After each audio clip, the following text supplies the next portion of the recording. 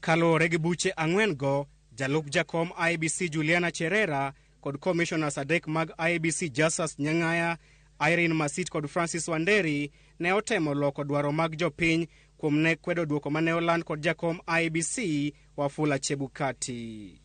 Buche go bende yango ni kido go e kinde lando duoko mag yiero matend piny ne odhi ataro kod pen chik ma pacho kae kare auchiel mayango ni apisas mag piny owacho nyaka bed joma obidhore.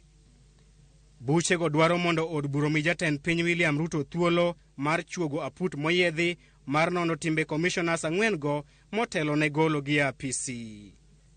Buche makamago ne ochwal kod duond bura mar Republican Liberty Party jo Kenya adek Dennis Ndwiga, Geoffrey Langat kod Steve Owuor. Odiochieng' makiny, duond bura mar Republican Liberty Party emadhi yawo pap kendo lero ne JLAC gimomiyo Juliana Cherera kod kweth mare onego woge apisi. Chieng' tich abich, Geoffrey Langat kod Steve Owuor dhi donjo e pap kendo nyiso komitino kaka commissioners ang'wen go ne odhi ataro kod pen chik. Bang' winjo kwayo margi, JLAC dhi miyo Cherera thuolo chieng' wuok tich kod chieng' tich ariyo juma manyien. Chieng' wuok tich juma manyien dhi bedo chieng' Juliana Cherera kod Irene Masit ka Francis Wanderi kod Justus Nyang'aya to dhi bedo orindi maliet chieng' tich ariyo juma manyien. Komiti mar JLAC nigi thuolo mar ndalo 10 mar winjo kendo chwalo ripot margi ne jo od bura.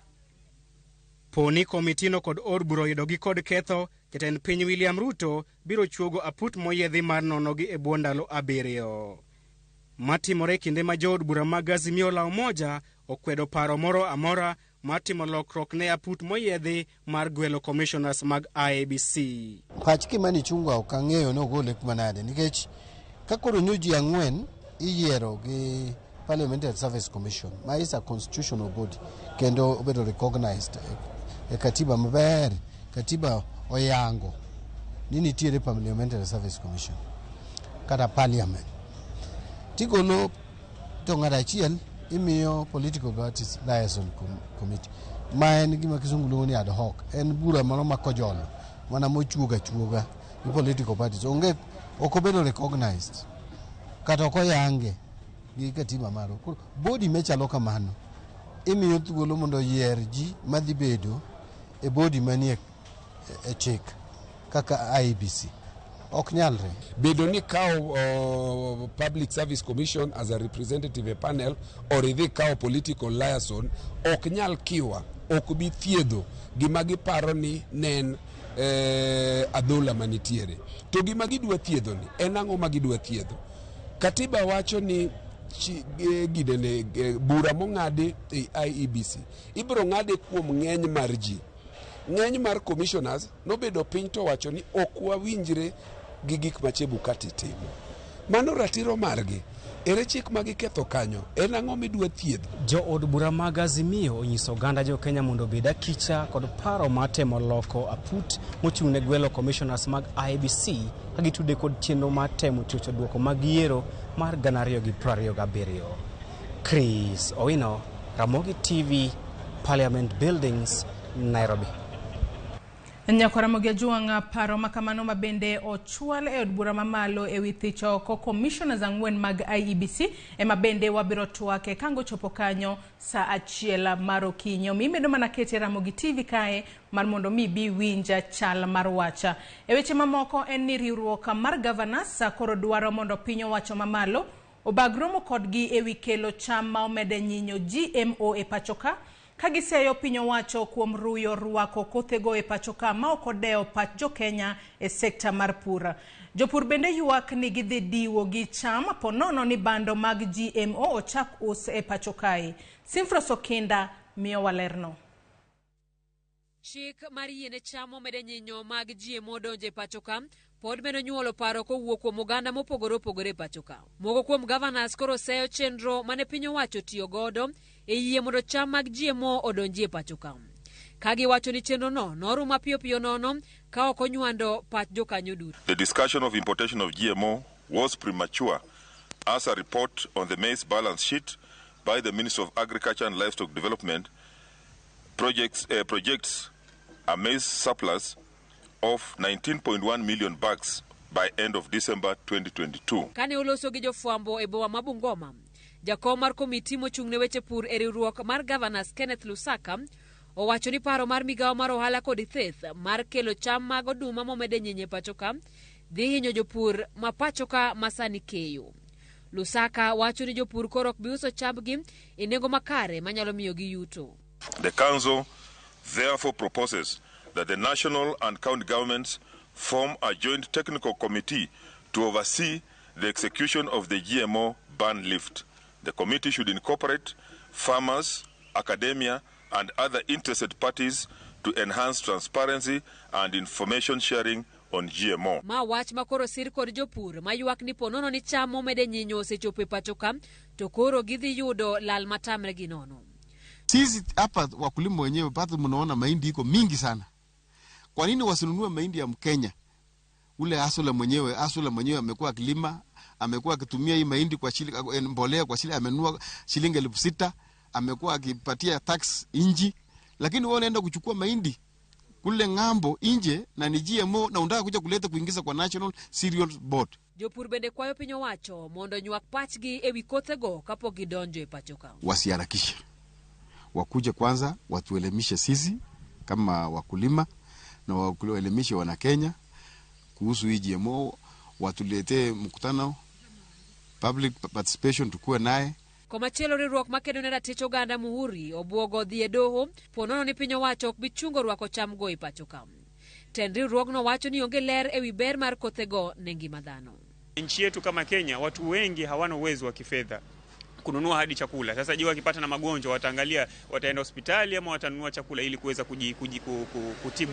Na kama haya hayatofanyika kwa kisawasawa, basi lazima na sisi tuchukue mikakati ya kisheria kama ni kwenda kotini. Lusaka koro dwaro romo e kind riwruog Governors kod migawo mar weche ohala kod thieth mondo gitwagi ewi chenro mag gayo kech kod kelo kothe GMO e pachoka. Ponono ni dwaro makamano biro betie. Simfros Okinda, Ramogi TV. Jod bura mawuok Imbo mar Kenya osingo mar riwore mar keto dongruok e gwengegi. E romo mane gitimo kod jatend migawo maduong' Musalia Mudavadi, jod bura ma Sirisia John Waluke motelo ne riwruog jod burago wacho ni yiero ne oserumo koro chopo sa mar chwalo dongruok. Musalia Mudavadi osingo chiero kembe ma Mumias kod Nzoia masani nie tonggi.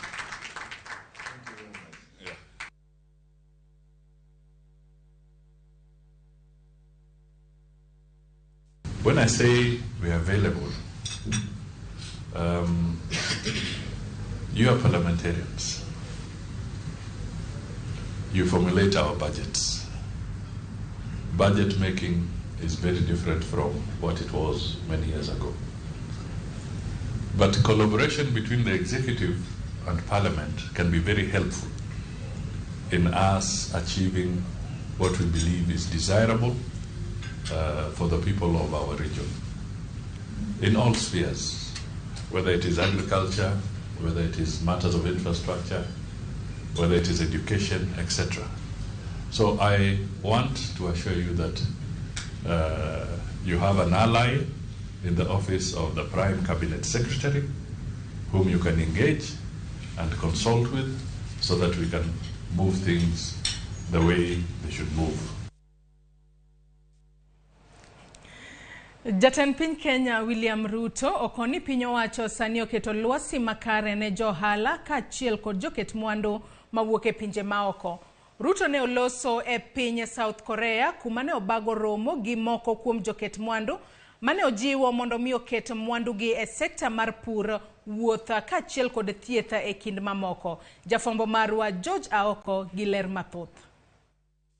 Piny Kenya kaachiel kod mano mar South Korea oketo kokgi winjruok mar tiyo kanyakla e jiwo chenro mag ohala kod keto mwandu e kindgi. Kane oloso e romo mane okelo kanyakla joket mwandu kaachiel kod johala e piny South Korea, jatend piny Kenya migosi William Ruto ne orwako joket mwandu go e pacho ka kolero ni gin kod thuolo maber mar tayo helni mabiro kelo dongruok e kind pinje ariyogo. My presence here is to confirm to you Kenya's readiness to engage, to to work together, and I'm here to underwrite the opportunities that are available in Kenya and the opportunities that are available in our continent. Jatend piny ne bende olero moko kuom sectors manyalo timo maber kendo konyo e rakore gi wach nok mag tije to chutho e kind rowere ma pacho ka.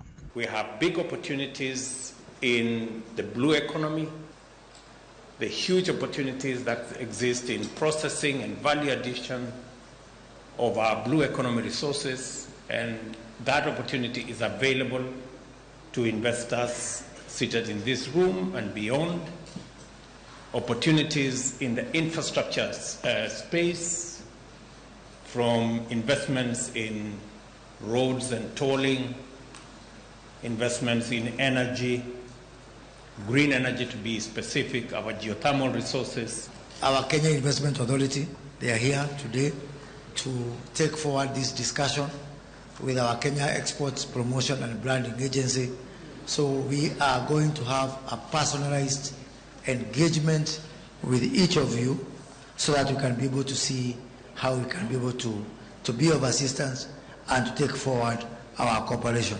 Ruto ne bende ojiwo pinje ma jokanyono ei Afrika mondo mi okaw thuoloni mar tiyo kanyakla kolero ni Afrika ni kod duol korka chenro mag ohala kod dongruok e piny mangima. Africa will have a quarter of the population of the world by 2050. Today we have a population of 1.3 billion people and a GDP of $3.5 billion. I think it is an opportunity that any investor and any business person would want to explore. Winjruok makamano ne oketie kogno gi riwruok jo ohala e pacho ka midendo ni Kenya National Chambers of Commerce and Industries kod mano mar Korea midendo ni Korea Institute of Procurement. To komachielo e pacho ka, jalup jatend piny Kenya Rigathi Gachagua ne oromo gi General Michael Langley, maen komanda mar Amerika marango pinje Afrika. General Michael ne opako piny Kenya kuom keto mijing'o e wach kwe, ka Rigathi Gachagua bende okone gi mor gi sir ma piny Kenya yudo koa Amerika korka nyayo kwe. We have the mandate from the Kenyan people to engage friends and people who are supportive of our programs, people who are supportive of our peace and security, and as such we have no apologies for engaging the West continuously, and we continue doing so now and in the near future. Gachagua ne komachielo kwayo piny Amerika mondo mi okonye temo kelo kwe piny DRC kaluwore gi lweny masani gin godo. George Aoko, Ramogi TV. Governor ma Kisii Simba Arati ochwalo otese mar jotije ma kaunti ma Kisii 5,900 e mbele duola ma ochung'ne penja ma pacho kae Kenya National Examination Council mondo gogi kogno ka bende gin otese makare.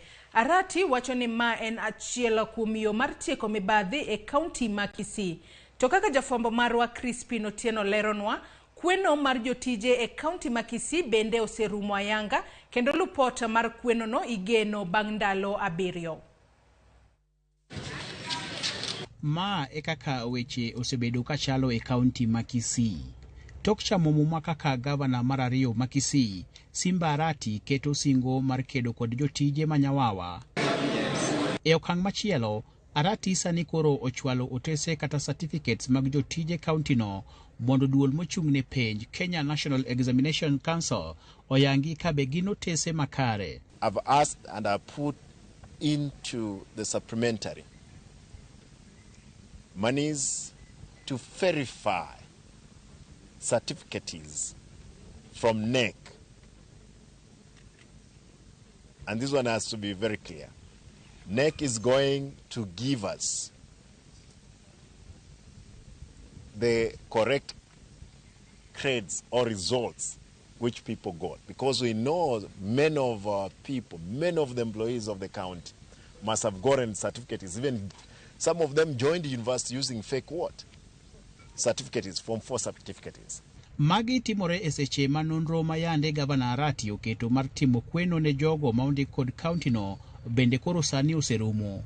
Arati omedo wacho ni sama koro girito lupot mar kweno no, chenro no bende dhi miyo jomoko wito tijegi kaluwore kod mibadhi mosebedo e kaunti no, kaachiel kod mondo kaunti no oti kod osuru magiyudo e bero migepe mopogore opogore kar chulo sara ne jogo ma ok onego bedie tich. See, they have been saying Simba hajaenda shule. Sasa nataka nione wale ambao hawakwenda shule. Tutapambana na wao. We will calm down because many people will be sent home. And that is for sure. For even from the preliminary report we have, there are people who will go home. And we will have calmed down. We'll have some little money to build offices. These MCAs, they don't have even offices. These MCAs, they cannot afford to access car loan, which legally they're supposed to have. Motelo ne mano, Arati nochako chenro mar goyo kogno obokego e alap magusi. Kata kamano nochiwo thuolo ne kembe mag ji giwegi ni bende otim tijno kaluwore kod chike mathurka. Chenro gi mag gavana bende osekelo paro ma opogore kuom jodak ma kaunti e wi kedo kod mibadhi. Mheshimiwa Arati ameanza kuonyesha mfano mzuri sana, na tunaomba mahali popote kuna shida, Mheshimiwa Arati, tunaomba unyorose vitu sikuwe smart. Tuko na imani ya kwamba atatufanyia mazuri, atatuletea maendeleo, atabadilisha Kisii, na kama kutoa ghost workers kwa ofisi ni kitu ya maana sana, kwa maana kuna vijana ambaye wamesoma na hawana kazi yeyote. Kisika kaka yiero pogore ka jo thurwa yiero. Kisika ka jo gi yiero ng'ato to ok gingi party. Bende mari ok ginga ni ng'ani ng'ama ging'iyo gima ng'ano timo. To koro ting'e ni party kiseka to wach nitieko. Crispin Otieno, Ramogi TV, Kisii. Nyako Ramogi Ajuanga gi lipota mar Crispin Otieno kowuok e kaunti ma Kisii, kama gavana ne nono jotije mag kaunti ema chopo godo e giko weche manyien okinyi ma kawuono. Moko kuomu be naneno koseriwore kodwa achiel kachiel e Facebook kata kama wantiere live okinyi ma kawuono. Felix Owuor wacho ni oyawre uru. Lewis wuod Awasi Boda wacho ni koyo ng'ech Awasi Boda maratari. Paul Vince J. Joey wacho nonenowa from Ugenya Got Nanga. Vitalis Ochieng wuod Gema Karari wacho ni great job, amor kodu sipwapa kaluwo chenro, Nyasaye ber pile kan kodu nyaka giko, orita kod joga bende ka bende ochiwo pache.